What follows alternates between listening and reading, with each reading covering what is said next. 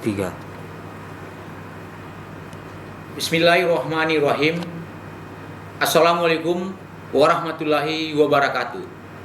Saya Haji Afan Alfian Bintang selaku Wali Kota Subuh Salam beserta jajaran mengucapkan selamat atas pelantikan Dewan Pimpinan Wilayah Persatuan Jurnalis Indonesia Demokrasi Nusantara Provinsi Aceh beserta Dewan Pimpinan Daerah Persatuan Jurnalis Indonesia Demokrasi Nusantara Kabupaten Kota se-Aceh yang terlaksana di Grand Ring Gali Hotel Takengon pada tanggal 21 November 2021.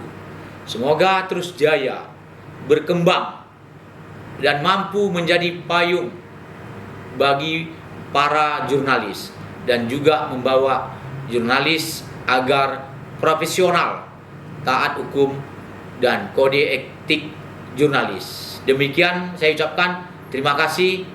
Wassalamualaikum warahmatullahi wabarakatuh.